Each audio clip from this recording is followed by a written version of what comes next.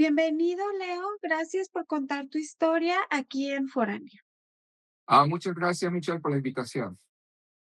Gracias a ti. Con la primera pregunta que empiezo con mis invitados es, ¿qué estaba pasando en tu vida cuando siquiera pensaste en migrar? Quiero que me platiques de dónde eres, con quién vivías, en qué trabajabas, en tu país de origen, por favor. Ok, como ya lo dije antes, mi nombre es Leo Guanipa, soy venezolano. Eh, Antes de empezar a emigrar, como tú lo dijiste, ni siquiera yo nunca pensé en emigrar, porque yo me desempeñaba en los campos petroleros y generaba muy buen ingreso, hasta que la situación política del país cambió. Nos hicimos empresarios en un pueblo que se llama Machiques, en el estado Zulia. Ahí montamos una red de carnicerías y víveres al mayor.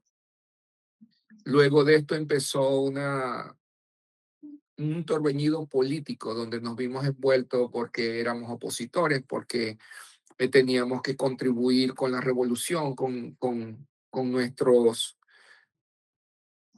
activos, básicamente.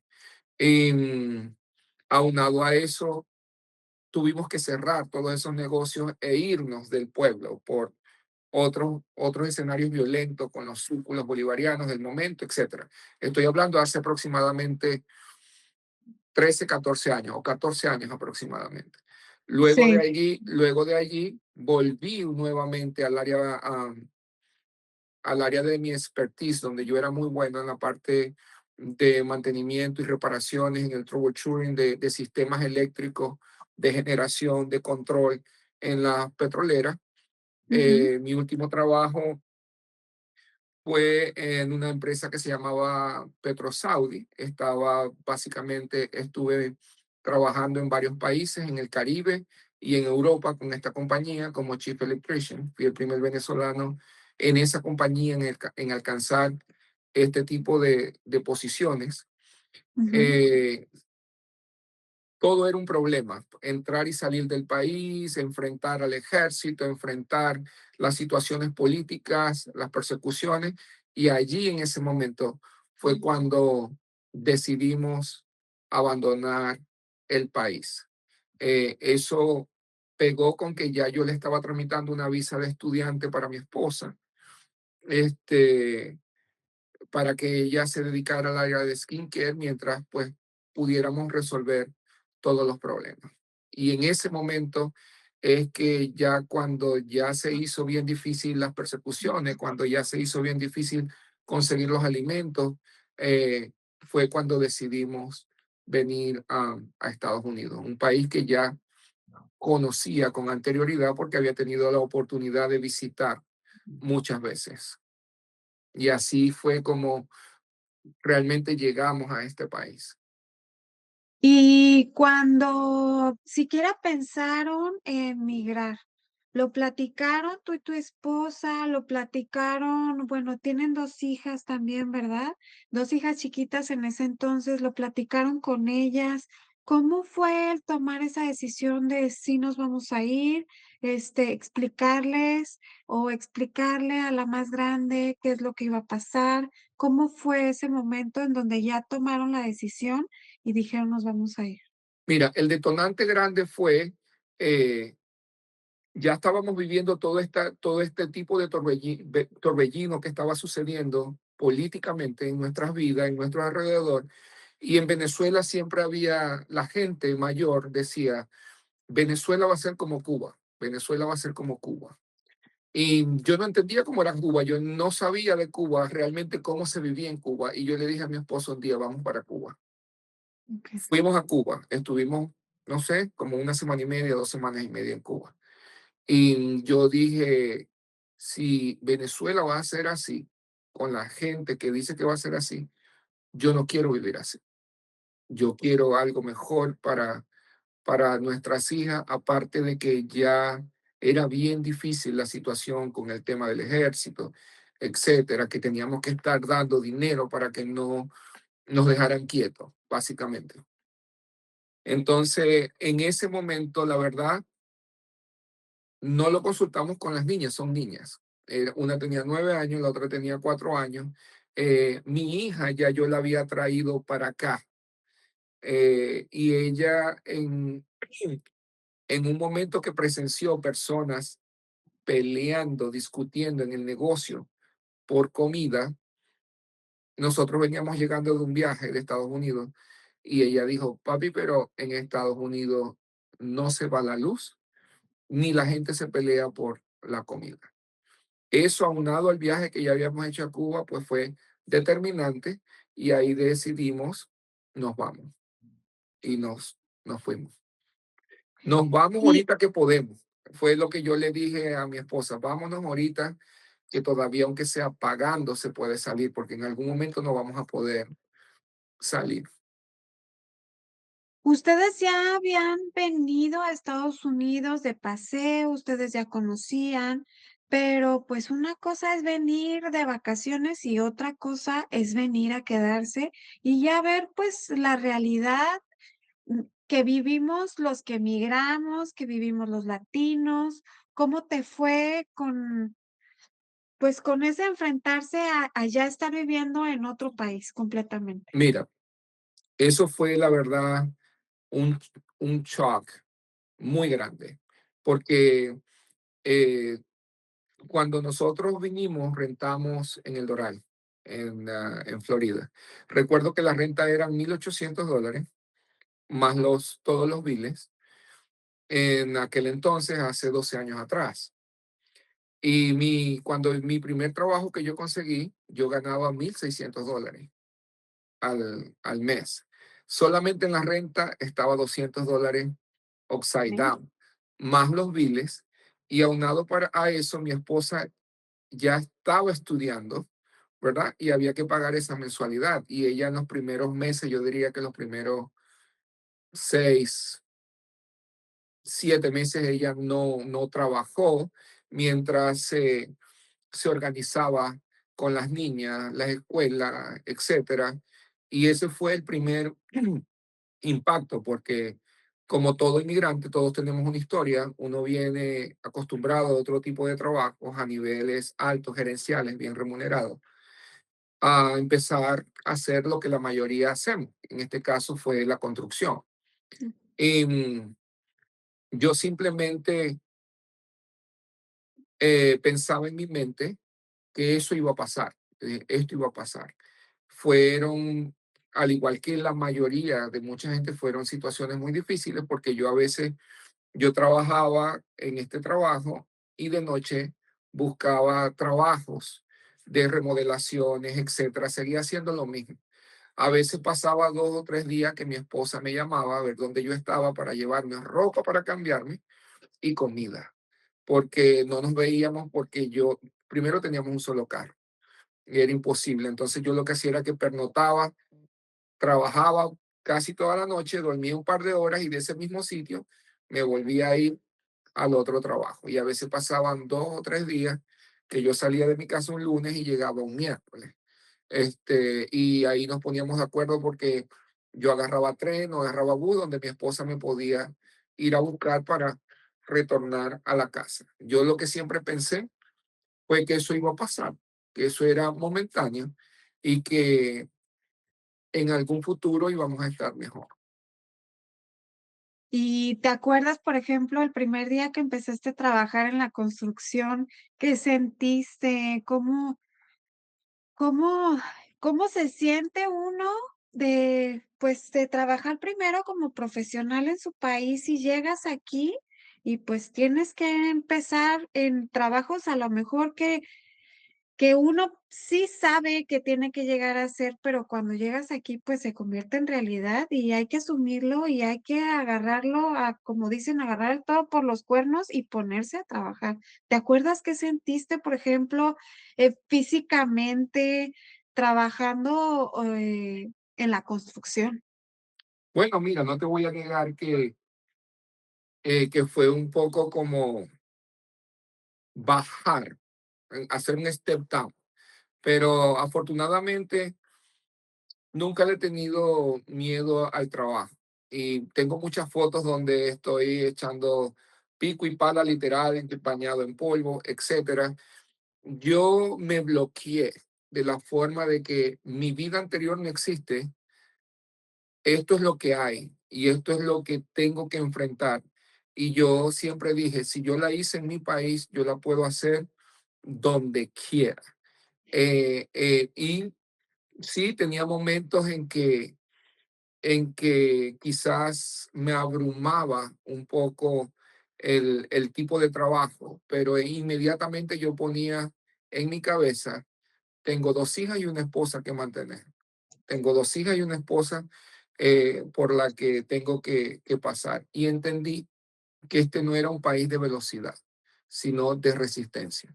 Ser resiliente o resiliente en lo que tú haces. Y mira, recuerdo que mi primer día de trabajo me pusieron a demoler una pared y yo la demolí rapidito. Y mis compañeros me decían, hey, no trabajes tan rápido porque entonces nos ponen a hacer otras cosas. Y yo le decía, es que no importa, esto es lo que hay y entre más rápido terminemos, mm, salimos de esto y empezamos el otro proyecto. De hecho, me fue muy bien en esa compañía. Claro, yo traía otra mente a nivel gerencial, yo entendía lo que quiere un patrón o un jefe de su empleado, los resultados. Eso te da una ventaja y obviamente te va a hacer con el tiempo destacar y sobresalir cuando tú das lo que tú aspiras, resultados. Y así manejé mi vida en todos los trabajos que tuve o he tenido aquí en este país. Y mira, han sido am, exitosos. Yo recuerdo que el día uno que agarré mi permiso de trabajo, ya empecé a aplicar como gerente. Yo dije, yo voy a aplicar y le voy a dar valor a mi experiencia y a mi currículum. Y efectivamente conseguí trabajo como plan manager en una compañía en West Palm Beach. Me trasladaron de Miami a West Palm Beach y tuve un año. Y luego cambié, voluntariamente me fui a otra empresa también como supervisor de operaciones y puse meta. Yo le dije a mi esposa, cuando compremos la casa, ese día renuncio y me dedico a hacer otras cosas. Y efectivamente así sucedió. Cuando casi 2 años trabajando en esa empresa, compramos la casa y yo renuncié a esa empresa y desde entonces he trabajado de mi cuenta. Me encanta. Y a ver, quiero platicar un poco sobre migrar en familia, ¿no? Porque la migración en familia, pues yo migré sola, entonces no tengo como esa comparación. Pero, ¿crees que emigrar en familia le te dio o les dio a su familia como un poco más de fuerza, de resistencia? Como tú dices, tú ya tenías, o sea, tenías como estas obligaciones de tus hijas, tu esposa, o sea, ya están como más definidas, ¿no? Que cuando uno viene solo, pues como que te puedes, digamos, aguantar unas cosas uno solo, pero cuando ya vienes con familia, pues es otro tipo de responsabilidad. ¿Y cómo fue migrar en familia? ¿Crees que fue un poco más difícil, que fue más complicado, que fue más fácil por la compañía? ¿Cómo fue en tu caso? Mira, eso es un proceso y cada quien tiene un punto de vista diferente. La realidad es que cuando nosotros emigramos, muchas parejas de conocidos emigraron con nosotros. Este, emigraron con nosotros y la mayoría de esas parejas están divorciadas, porque cuando tú llegas a este país como familia, es donde realmente vas a entender y comprender qué une a tu familia. Cuando tú estás empezando de nuevo, cuando tú sales de la comodidad, los que teníamos comodidades, hay quienes se mudaron, hay quienes cambiaron una cosa por otra y hay quienes llegaron aquí y hoy en día tienen otras familias porque no pudieron manejar el estrés de que no tienes trabajo, no tienes papeles, no tienes comida, eh, no se adaptaron a los cambios necesarios para sobrevivir. Y hoy en día esas familias no existen. Para mí, hubo todo tipo de problemas. Eh, Faltó el dinero. Recuerdo que hicimos muchas colas para que nos dieran comida en las iglesias y comida. comidas en su mayoría, las agradezco todas, pero en su mayoría todas estaban vencidas, pero era lo que había. Y fue lo que en su momento nos sirvió y nos catapultó para algo mejor. Pero volviendo a la pregunta, cada familia tiene una historia diferente. En mi caso, nosotros logramos sobrepasar todas esas obstáculos de no tienes papeles, de que no hay para comprar comida, no hay para comprar juguetes, no hay para comprar esto, no hay para comprar lo otro. Hubo mal humor, hubo problemas, hubo discusiones, pero al final del día logramos sobrepasar todos esos obstáculos. En mi caso personal, mi familia, mi esposa y mis dos hijas fueron el motor que me permitió vencer esos obstáculos en la constancia y en la esperanza en el tiempo de que todo iba a pasar y todo iba a ser mejor. Y así fue, ahora ya estás o ya están en un lugar mejor, ¿verdad? Sí, la verdad sí, casualmente conversaba con algunos amigos y yo les decía que me tomó 8 años aproximadamente tener como, no un estatus, sino como el estilo de vida que tenía en mi país.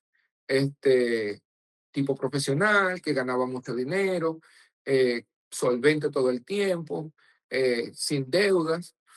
eh, y en este país me tomó 8 años poder decir, me siento casi al mismo nivel, aunque tengo más libertades, tengo obviamente mayores seguridades, pero a nivel de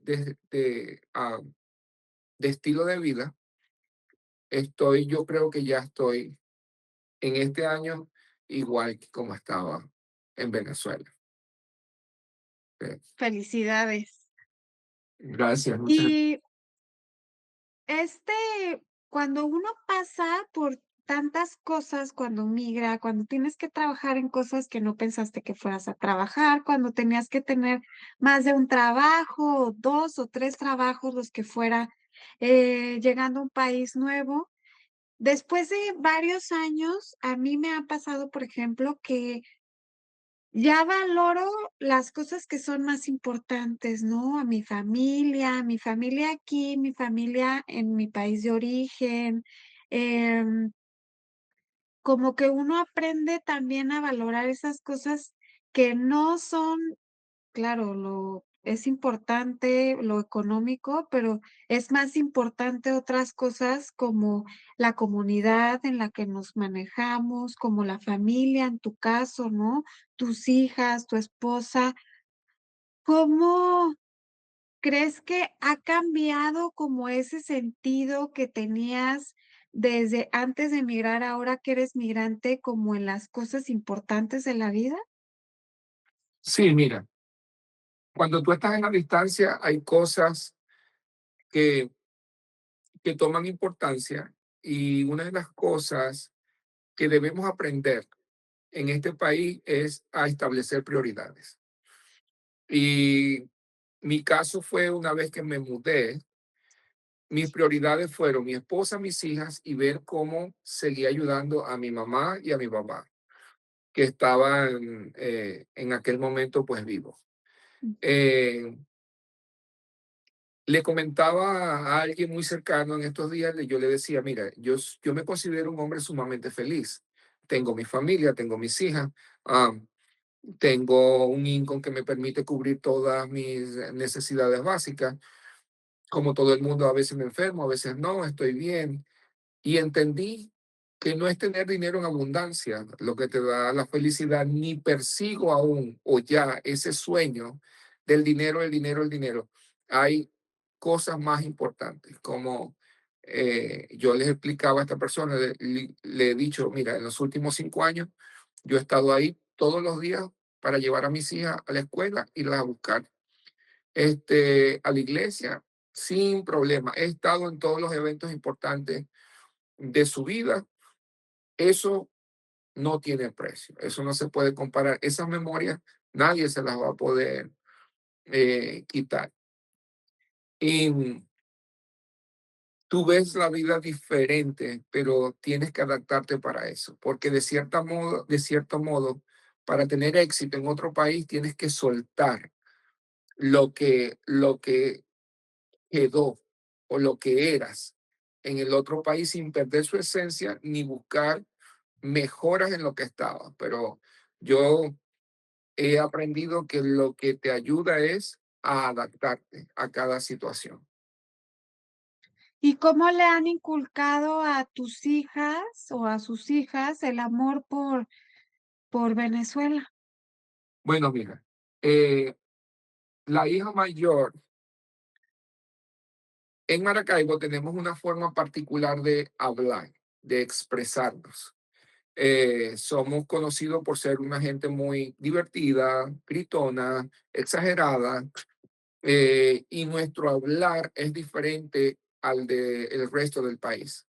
Nosotros, por ejemplo, voceamos como en España.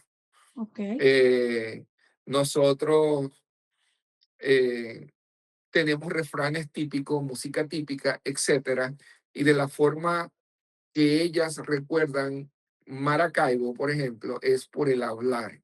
Mm. Me he preocupado por enseñarle cómo se habla allá, cómo se expresa un maracucho promedio, porque yo les digo, en algún momento vamos a ir, aunque sea de visita, y van a poder mantener o entender el hilo conversacional cuando te hablen cosas que aquí no, no existen.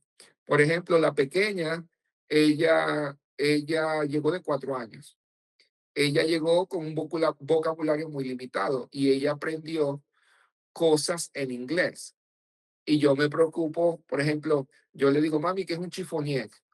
Y ella se pone a pensar, y se pone a pensar, oh, un dress, papi, un dress. Porque empieza, porque allá se habla así, de escaparate, de chiffonier, este, aquí se habla de armario, ¿me entiendes? Entonces, por allí, por la jerga del país, mantienen vivo eso, porque la pequeña no se acuerda de nada de Venezuela, ella se acuerda. La mayor se acuerda un poquito más, se acuerda de la casa de la abuela, se acuerda de la casa amarilla, una casa muy grande que teníamos allá, se acuerda de su primo Ángel, y bueno, de vez en cuando le muestro una foto y le digo, mira, este es tu tío, este es, etcétera, y de esa forma, y por las tradiciones. Tratamos en diciembre de hacer nuestra cena acostumbrada con las 12 uvas, la comida típica, que son las hallacas, que es el dulce de piña con lechosa. De esa forma mantenemos esa conexión. Y en lo social, ¿cómo les ha ido? ¿Cómo te ha ido? ¿Tienen una comunidad o han trabajado como en formar esa comunidad en donde están? Porque primero vivían en Florida y ahora viven en Arizona, ¿verdad? Sí, bueno, mira, tenemos algunas familias, una venezolana y una mexicana, que son nuestra familia aquí. Eh, y tenemos bastantes conocidos, como yo hago real estate y préstamos, he podido conseguir amigos a través de mi trabajo. Y como son venezolanos, hemos mantenido la conexión y se puede decir que aunque quizás no frecuentamos tanto como círculo por las limitaciones de este país, sí tratamos de compartir eh, lo más que podemos, cuando podemos, con las personas más cercanas a nosotros. Con el idioma, ¿cómo te ha ido? Bueno, la verdad yo tuve la oportunidad de trabajar desde muy joven en las petroleras y cuando yo empecé por allá en el año 97 a trabajar ya directamente en las petroleras, todavía había mucha comunidad norteamericana trabajando y mis jefes eran americanos. Todos mis jefes que tuve hasta el 2005, 2007, que ya fue cuando definitivamente el gobierno eran americanos y aprendí el idioma con ellos. Me comunico, ya llegué a este país comunicándome bien y ahora lo hago mejor. Qué ventaja también esa, ¿no? Llegar a un país y saber el idioma, eso también te da otras libertades. Sí, y te permite crecer un poco más rápido dependiendo por donde tú te vayas, porque he conocido personas que no hablan idioma y mira, tienen empresas exitosas. También. Este, pero en mi caso, cuando yo llegué, yo me fui obviamente por la línea laboral y también fui exitosa en esos 3 años que trabajé directamente con empresas por el idioma. Y en temas de, por ejemplo, discriminación, racismo, ¿alguna vez han sufrido algo de discriminación o racismo? Bueno, vi que mi esposa te comentó un episodio que vivimos en un restaurante. Las miradas fueron increíbles, pero la verdad yo soy un tipo con una estima muy alta y no me importó. Igual disfrutamos la cena, igual comimos, igual pagamos. Y aparte de ese episodio que fue un poco desagradable, quizás más desagradable para ellos que para mí, porque yo la verdad no me voy a poner a ese nivel, pero realmente no. En los años que he tenido en este país y he tratado con mucha gente, no. Es solamente ese episodio y no hubo ningún tipo de discusión, nada, solo miradas. Miradas bien pesadas, pero de la misma forma que me miraban, yo miraba y adiós. Vamos a comer. Después de 12 años de que emigraste, ¿cómo te sientes de diferente tú como persona? Bueno, indudablemente en este país, si tú no aprendes de tus errores, si tú no te metes en el sistema, no vas a poder cambiar como persona, porque el sistema no te deja.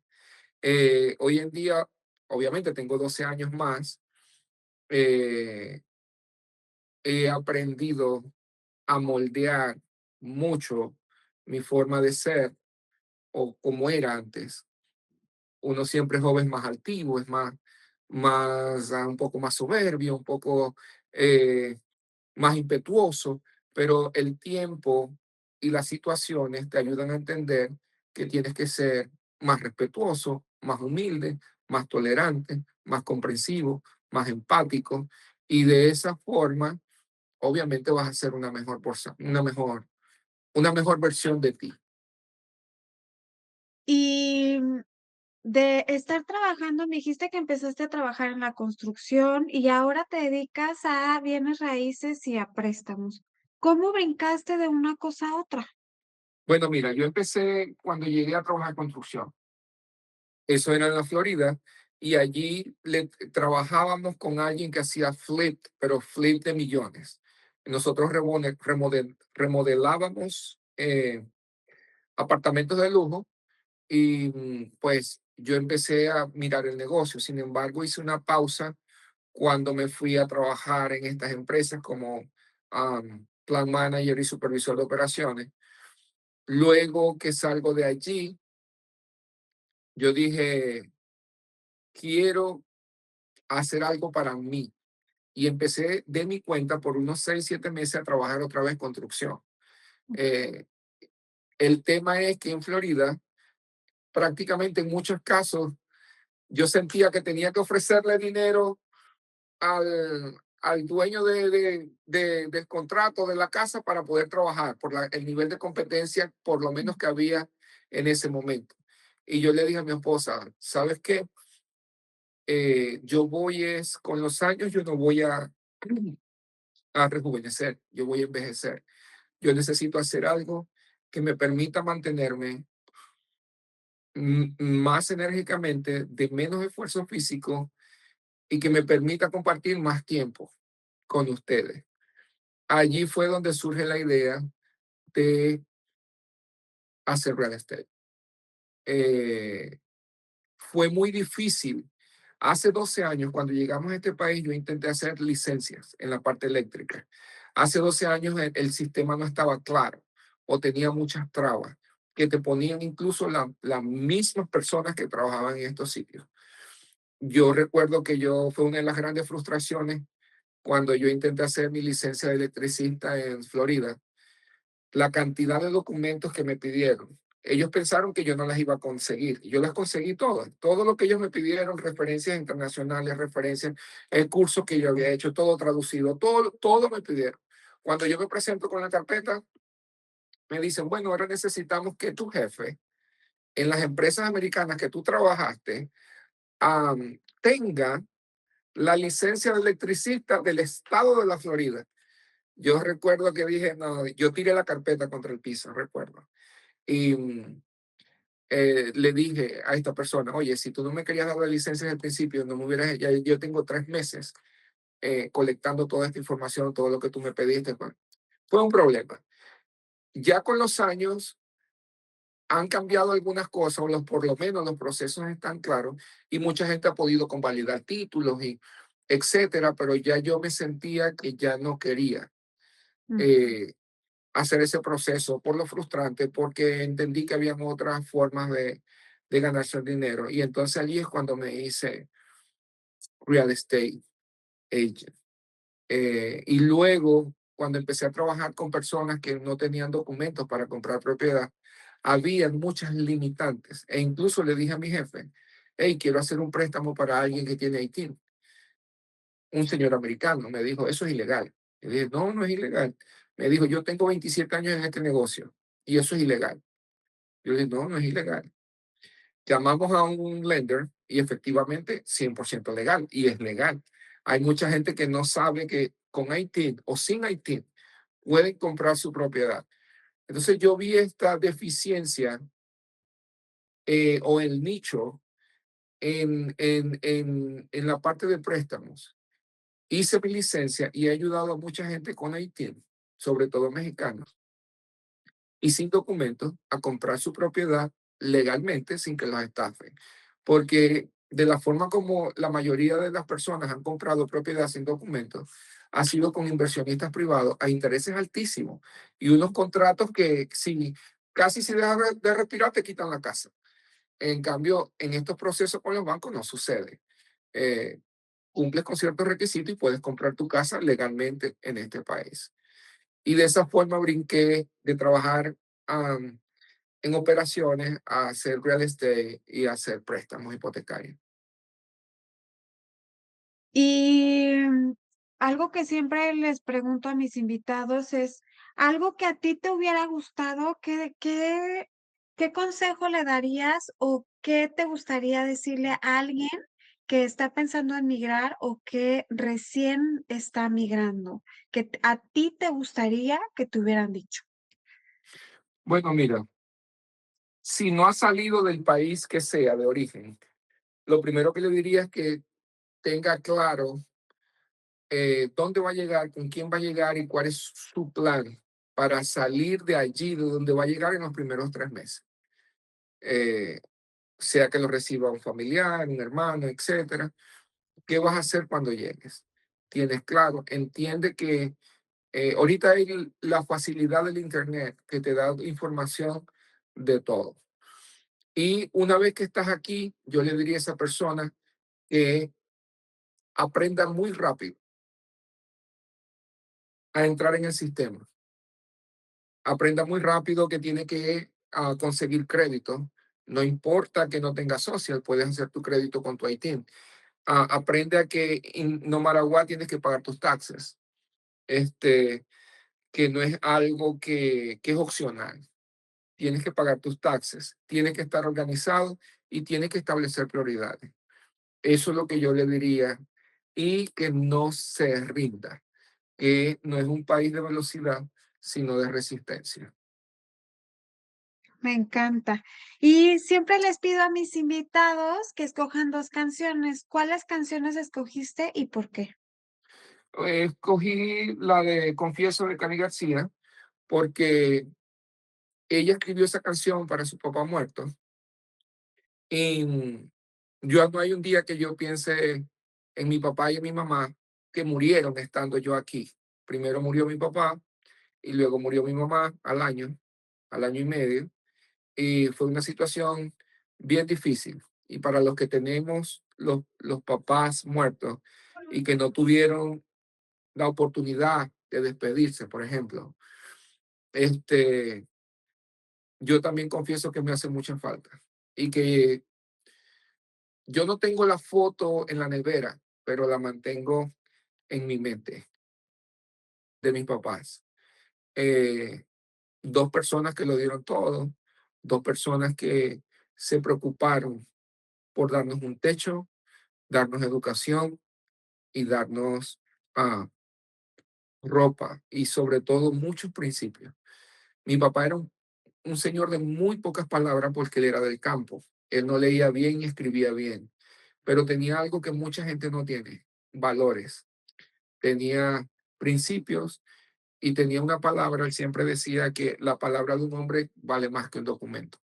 Él se crió en ese clima, en ese ambiente donde todavía en aquel entonces en el campo de donde eran empeñaban los pelos de la nariz. Y él siempre decía, no hay nada que valga más que la palabra de un hombre. Y me dio consejos que me han ayudado al día de hoy, consejos básicos, pero que la gente les cuesta seguir. Por ejemplo, él siempre dijo, nunca le prestes dinero a alguien que gane más que tú. Una vez lo hice y sí, perdí el dinero. Él decía, el que guarda siempre tiene y nunca gastes más de lo que ganes. Y en esos cuatro consejos yo he reducido mi vida y me ha ido bien. Me ha ido bien. En la primera vez que me salí de allí me fue mal y he tratado de poner los otros siempre por delante. Y en la segunda canción, aquel zuliano, obviamente por la remembranza representa y manifiesta los sentimientos de alguien que ama su tierra. Aunque, aunque no esté allá, no me entiendas mal, yo no quiero volver a vivir allá, pero no quiere decir que no la recuerde, ni la quiera ni la ame. Por supuesto que sí. Pero bueno, ya mi vida está aquí y aquí es donde queremos seguir estando. Ya estamos por terminar, ¿algo más que quieras agregar a la plática? No, bueno, quería agradecerte por la oportunidad de que me des a conocer a un poco la gente que pueda mirar este podcast y pueda tomar las cosas positivas que hemos conversado aquí. Simplemente no se rindan, mantengan una actitud positiva y entiendan que aunque sea un mal momento, va a pasar. Me encanta. Siempre pensamos que lo que estamos pasando es para siempre y luego hace falta alguien que nos recuerde y nos diga: "No, no es para siempre, esto todo es momentáneo", ¿no? Los Sí, sentimientos, lo que estamos pasando en este momento, todo, bueno o malo, es momentáneo. correcto. Muchas gracias, te agradezco mucho compartir tu historia como migrante aquí en Estados Unidos. Gracias a ti por la invitación y bueno, estamos a la orden para cualquier otro momento, preguntas adicionales cuando quieran. Aquí estamos para servirte. Muchas gracias.